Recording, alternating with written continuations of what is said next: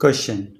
Prepare the income and expenditure account of Lions Club for the year ended 31st March 2018 from the following information. Receipts and payment account is already given in question for the year ended 31st March 2018. Debit side shown receipts, credit side shown payment. Which account is to be prepared? You can see in question, prepare the income and expenditure account. So firstly, write the name of organization, Lions Club as per question. Now name of account, income and expenditure account for the year ended 31st March 2018. आप question में देख सकते हैं 31st मार्च 2018 दिया हुआ है।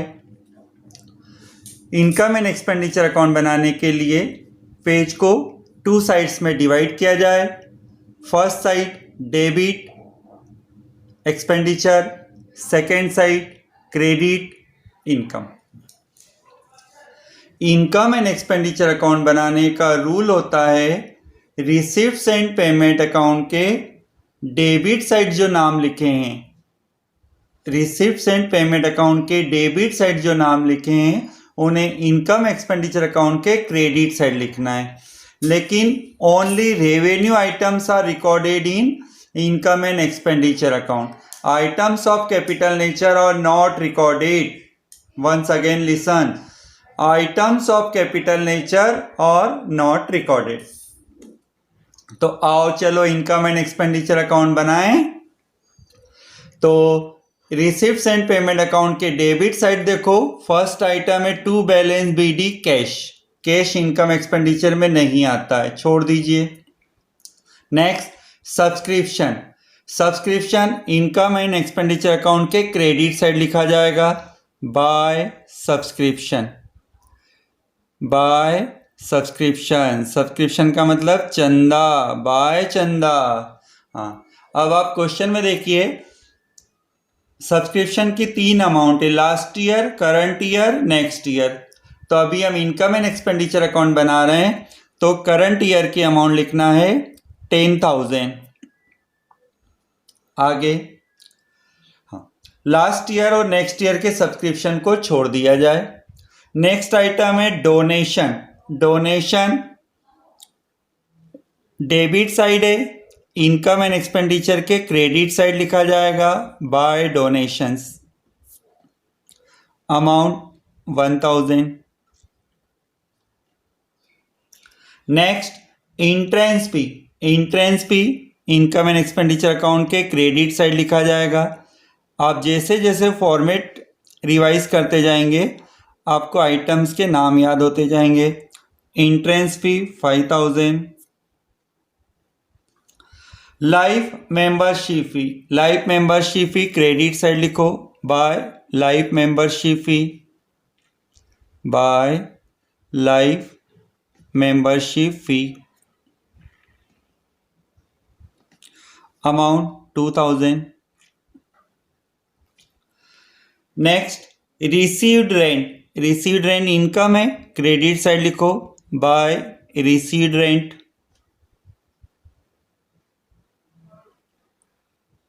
Amount 1,500। तो ये आपने देखा रिसीप्ट साइड के जो नाम है उन्हें इनकम साइड शो किया गया है। अब हम रिसिप्ट्स एंड पेमेंट अकाउंट के क्रेडिट साइड आते हैं। रिसिप्ट्स एंड पेमेंट अकाउंट के क्रेडिट साइड के जो आइटम है उनको इनकम एक्सपेंडिचर अकाउंट के डेबिट साइड लिखना है। अब यहाँ पर लिखा है बाय सैलरी, तो एक्सपेंडिचर साइड लिखो टू सैलरी 3,000। आगे नेक्स्ट आइटम है जनरल एक्सपेंसेस। ये पेमेंट साइड है, क्रेडिट में है, इनकम एक्सपेंडिचर के डेबिट साइड लिखो टू जनरल एक्सपेंसेस। अमाउंट 2,800।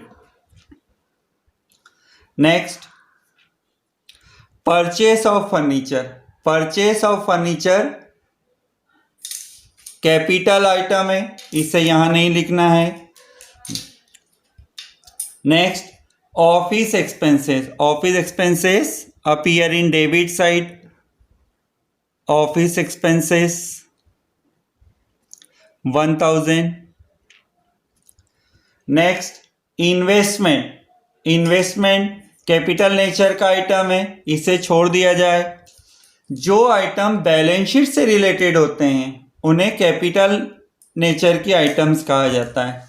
आगे, printing and stationery, printing and stationery expenditure side लिख दीजिए, to printing and stationery, printing and stationery 300। Next, newspaper, newspaper appear in expenditure side, newspapers 400।